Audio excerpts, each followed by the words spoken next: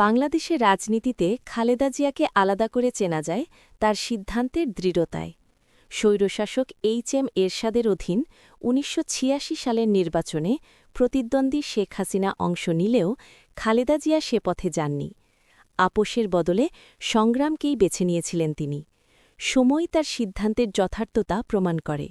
১৯৯০ সালে এরশাদের পতন ঘটে, আর ১৯৯১ সালের নির্বাচনে খালেদা জিয়া দেশের প্রথম নারী প্রধানমন্ত্রী হন। পরবর্তী জীবনে কারাবরণ ও রাজনৈতিক নিপীড়ন তাকে বারবার পরীক্ষায় ফেলেছে, কিন্তু আপোষ করেননি, যা খালেদা জিয়ার রাজনৈতিক চরিত্রের সঙ্গে আপোষহীন নেত্রীর অভিধা জুড়ে দেয়। ১৯৮১ সালে জিয়াউর রহমান রাষ্ট্রপতি থাকা অবস্থায় সেনাবাহিনীর বিপথগামী কিছু সদস্যের গুলিতে শহীদ হন। তার গঠন করা বিএনপির তখন টালামাটাল অবস্থা। গৃহবধূ খালেদা জিয়া ১৯৮২ সালের জানুয়ারিতে সাধারণ সদস্য হিসাবে বিএনপিতে যোগ দেন।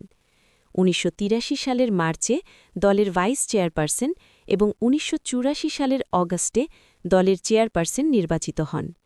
মূল নেতৃত্ব হাতে পাওয়ার ২ বছরের মাথায় স্বৈরশাসনের অধীন নির্বাচন না করার দৃঢ় সিদ্ধান্ত নিয়ে খালেদা জিয়া স্পষ্ট করেন তিনি দীর্ঘ লড়াইয়ের ভার বইতে চান।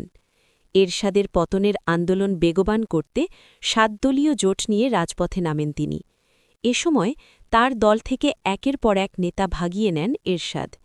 খালেদা জিয়া কয়েকবার সংক্ষিপ্ত সময়ের জন্য আটক হয়েছেন। পুলিশি হামলার শিকার হন বহুবার। এরশাদ সরকার ৮৫ দিন গৃহবন্দী করে রাখেন তাকে। অন্যদিকে আন্দোলন করে আওয়ামী লীগের নেতৃত্বে ৮ দলীয় জোট ও বামপন্থী দলগুলোর ৫ দলীয় জোট। শেখ হাসিনাকেও এরশাদ সরকার গৃহবন্দী করে। এরপরও এরশাদের অধীন ১৯৮৬ সালের নির্বাচনে অংশ নেয় শেখ হাসিনার নেতৃত্বে আওয়ামী লীগ। বিএনপি এটিকে নীল নকশার নির্বাচন আখ্যা দেয়। খালেদা জিয়াকে নিয়ে লেখা খালেদা বইয়ে লেখক মহিউদ্দিন আহমেদ লেখেন, খালেদা চরিত্রের একটি উল্লেখযোগ্য বৈশিষ্ট্য হল তার আপোষহীন ভাবমূর্তি। তিনি একাধিকবার গ্রেপ্তার কিংবা অন্তরীণ হয়েছেন, তাকে কখনো আপোষ করতে দেখা যায়নি। রাজনীতিতে তিনি একটি মানদণ্ড তৈরি করে দিয়েছেন। ২০০৮ সালের নির্বাচনে জয়ী হয়ে সরকার গঠন করেন শেখ হাসিনা। ১/১১ সরকারের সময় করা শেখ হাসিনার সব মামলা বাতিল হয়, কিন্তু প্রতিদ্বন্দ্বী খালেদা জিয়ার বিরুদ্ধে করা মামলা বেগবান করে শেখ হাসিনার সরকার। ২০০৮ সালে ১১ জুন শেখ হাসিনা মুক্তি পান। পরদিনই তিনি চিকিৎসার জন্য যুক্তরাষ্ট্রে যান।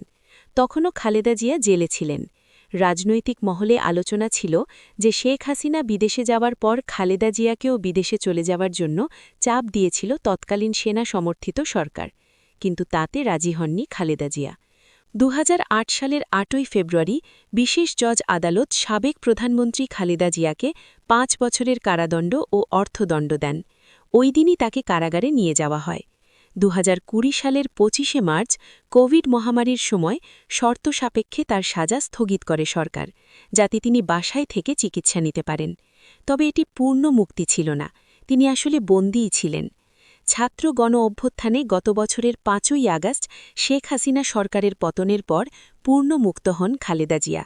৪ দশকের বেশি সময় ধরে রাজনৈতিক সিদ্ধান্তে অনড় থাকার দৃষ্টান্ত স্থাপন করেন খালেদা জিয়া। এর জন্য ব্যক্তিগত, পারিবারিক ও তার দল বিএনপিকে মূল্যও দিতে হয়েছে। তবে শেষ বিচারে তার দৃঢ়চেতা মনোভাব তাকে আপোষহীন নেত্রী হিসাবে প্রতিষ্ঠা দিয়েছে। বাংলাদেশের রাজনীতিতে তিনি এমন এক নেত্রী যার জীবন ও রাজনীতি বারবার প্রমাণ করে সব আপোষী রাজনৈতিক লাভ আনে না, আর সব অনমনীয়তাও পরাজয় নয়।